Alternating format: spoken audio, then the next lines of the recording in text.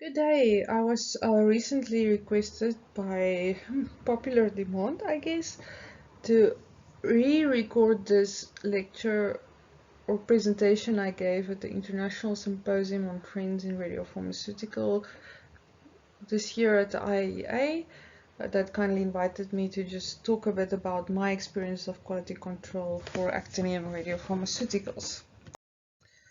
So, yeah, we will talk about the current GMP, GXP status of actinium, some guidelines, use lutetium as an example, and then maybe look into what actinium has, what has been done on actinium and still what needs to be done, and what is the challenges behind it. So I think, and this is my opinion, that actinium doesn't fit into the box of the current GMP guidelines as what we used to do in the past, or what was the standard before actinium came on the horizon. And this is not about research being done or anything else, it's just pure physics and the boundaries of physics that is the question here with actinium and its unique decay properties. We are, however, already moving into clinical trials or clinical use, and it's really important for me to say that if you work with actinium 225 or any other therapeutic radiopharmaceutical development, good laboratory practice should be done already during preclinical, and all of this actually requires method validation. So the quality control measures should be validated that you use, and this is what I'm going to discuss some further with the EANM guidelines on the validation of analytical methods for radiopharmaceuticals. So it is stated that if you do chromatography for radiochemical purity or radiochemical yielding, for instance, you have to compare. Through these guidelines, they say you should have a non-radioactive counterpart that should be used as an identification test. So you should have some standard that you measure your radioactive product against and see that the elution profile is similar with the same chromatography system used in your radio HPLC or whatever you are using. And it also states in these guidelines that there is ideally two independent chromatography methods to verify the identity. So not only instant fin layer tomography, but also HPLC, for instance. So normally for the development of a lutetium compound, and I have a reference here that you can go check, you would have a natural lutetium compound that has been referenced and characterized for your standard, that is fully GMP produced. And then you would have your radioactive lutetium counterpart, and they should give you exactly the same elution profile on your radio HPLC system. Then, for your second chromatography method, you will cross-validate the methods and maybe even have a third method to do that. So you would make pure lutetium that's unlabeled, do your HPLC, and you have your standard there to see where it comes out, the labeled versus unlabeled product. And then secondly, you will have your radio labeled product, you will have your already validated HPLC method determine it to be pure, and then you will develop your instant fin layer method with both those fully characterized solutions, and then also have a way to check for colloids. For instance, here I have the C18 cartridge where you can purify your product to nearly 100%. You have your free lutetium, and then you have your colloids stuck on the cartridge, and that's a form of measuring recovery. Or you can do HPLC recovery, or all of those techniques to see what is going on. We have seen with lutetium that radiolysis doesn't maybe show up on ITLC, or even in most HPLC methods the resolution is not good enough. But as in this nice article published by the group from Rotterdam, MC Rasmus, it shows you that the cell uptake is actually influenced by these little radiolysis products. So it's really important that the resolution of your quality control method should be able to see this. And as we know, the importance of radiochemical purity, it is really a matter of biodistribution. So if you have colloids, free lutetium, and then your radio-labeled lutetium, all of this will go to different areas. So here I have technetium as the one we all know. So you have maybe labeled sestamine with technetium, and your actual sestamine goes to the heart, colloids of technetium goes to the liver, and free technetium goes to the thyroid. So you have just biodistribution all over the place. So how does actinium QC normally work? So we focus on the decay daughters with your francium 221 and your bismuth 213 later, giving you photons that you can measure. So we are not actually measuring actinium, we are using decay daughters as surrogate measurements. So you would spot your strip and run it. At time 0 of your development, you are measuring francium 221 or bismuth 213 in the area that was in the mixture. So it's not related to where the actinium is. So you cannot use a direct measurement at time 0 after you have developed your ITLC. Your ITLC has to stand for at least 10 half-lives so that the background francium 221 can decay, and then you get your actual measurement. So we call this equilibrium. It is where you have removed all of the previous francium that was floating around in your mixture. You spotted your actinium on here and it has ran through the strip, and your actinium with your product has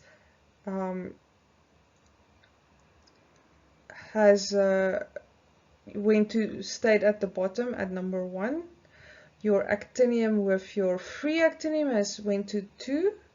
All the background has decayed, so any francium that you measure now at this point comes from the actinium that is stuck on the strip. So you have to have the fresh francium that comes directly from the actinium as it is on the strip, and that only happens after 10 half-lives of the francium 221 decay. This is a very tricky ITLC method, and it's very complex, and it is something that takes time, so you can never measure actinium in an instant method. In fact, I think we should lose the instant and just have thin layer chromatography. Often in the references you will also see that only sodium citrate at the pH of 5 is used, so only one ITLC strip is developed for the measurement of actinium QC, radiopharmaceutical QC.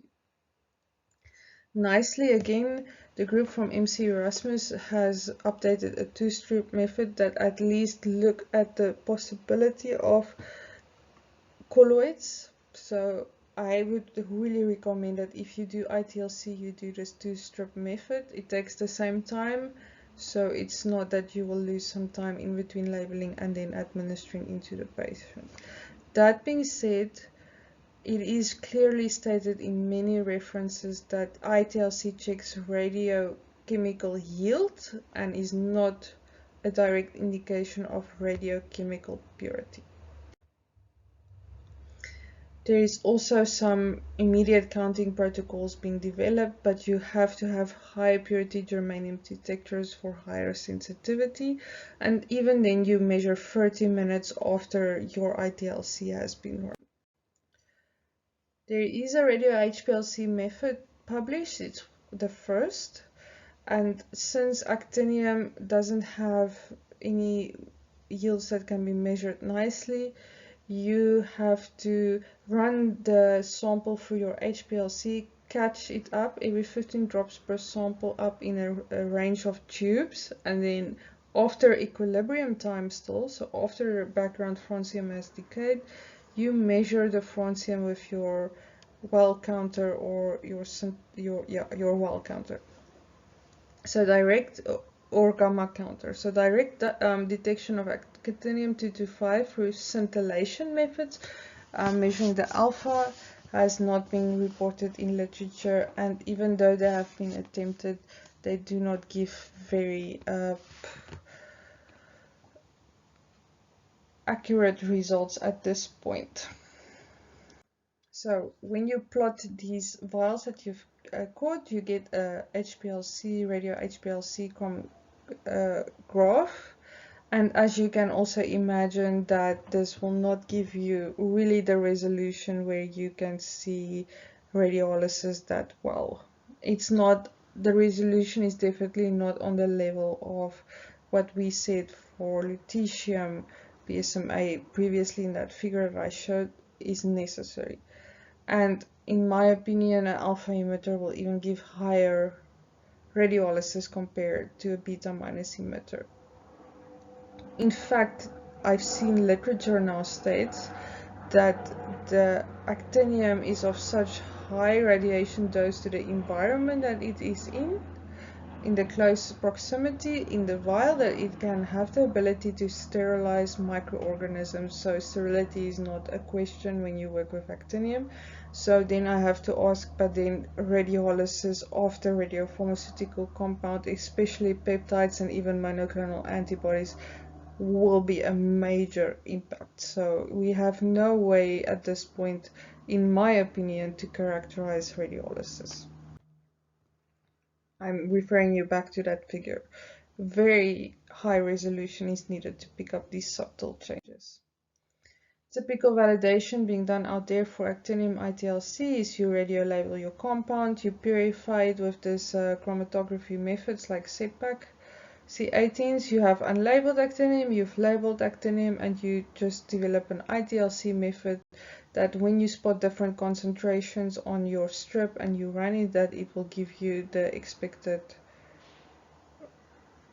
values. Equilibrium times, the time that you wait after developing your ITLC compared to from your starting point to get an accurate result, is differently reported in literature, with some people saying 20 hours, others saying between 1 and 12 hours. Definitely at low radiochemical yield, with radiochemical yields less than 40%, the purity is overestimated. This article you have to read before you go into actinium labeling. I think it's really important, where they actually developed strips and then they measured them over different times and compared the results. So in essence, it means that you have to spot your radiopharmaceutical. So you have produced it now at time 0 hours, you spot it, you run your ITLC method, and then after 2 hours you can only get your results. So after 2 hours you only have the result on paper of what was in your mixture at time 0 hours. So we are not saying after 2 hours the purity is 90%. We are saying after 2 hours the purity at time 0, 2 hours ago, was 90%. So we don't know what is going on at this point. You will have to spot another sample at 2 hours, have the ITLC run and stand for 2 hours before you know what the purity at that time point was.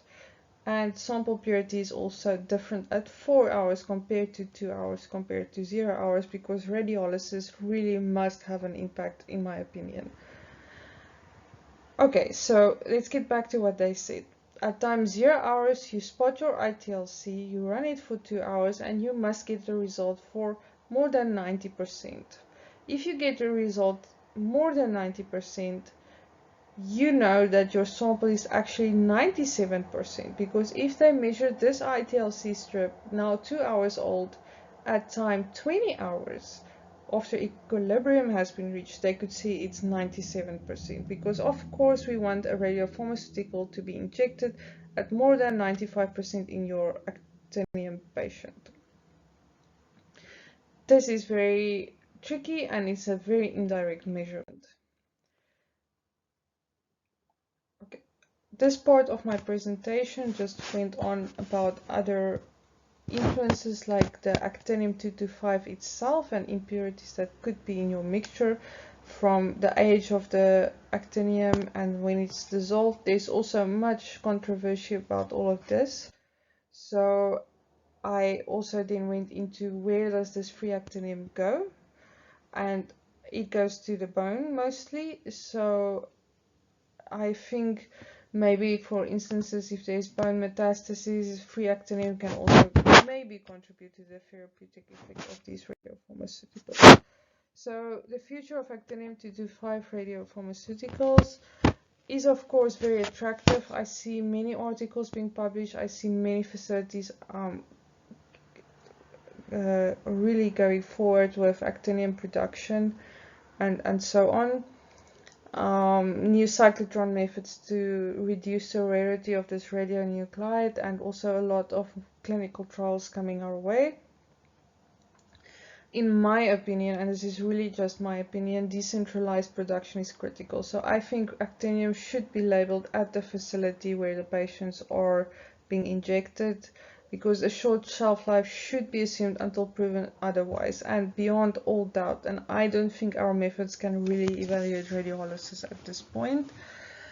Longer biological half-lives, like monoclonal antibodies that is in maybe 12 to 24 hours in the body, for me it's still something that we need to consider, because there's also a recoil effect on all of that, and current QC methods do not provide real-time purity. So you really have to do a lot of validation runs and then measure your purity over time, both with the HPLC methods proposed as well as the two-strip ITLC methods, and then also leave your strips or your HPLC samples overnight to the next day, and then measure it again and then get the real accurate results, and validate your methods so that when you do your patients, of course you cannot leave the actinium on the shelf for 20 hours. It's really not, and then inject into your patients. So yeah, you really need to validate your methods extremely well when you work with actinium. I just want to thank all of these people that were helping me with this presentation, including my mentor Adriana Duarte, of course Alfred Morgenstern, Mike Satehe, and Otto Knudsen, who taught me how to radio label actinium and was part of the process in the clinical trial to get the actinium pharmaceutical production validated. Eric de Blois, which does really amazing research on actinium QC, Darren MC Erasmus, my current lab members, and also of course I always use BioRender. So yeah, at this moment I am not actively working with actinium-225 radiopharmaceuticals, but if you have questions or you want to have discussions or interesting ideas or even contrary ideas, you can definitely comment on this video or find me on LinkedIn and have a discussion with me. I'm always actively involved in the actinium discussions. My background was I was a clinical trial pharmacist, radiopharmacist at Pretoria University that assisted with the validation of the actinium PSMA for clinical trials. But I also have a lot of questions about the quality control and where we go forward. So I'm always open for hearing your ideas. Thank you.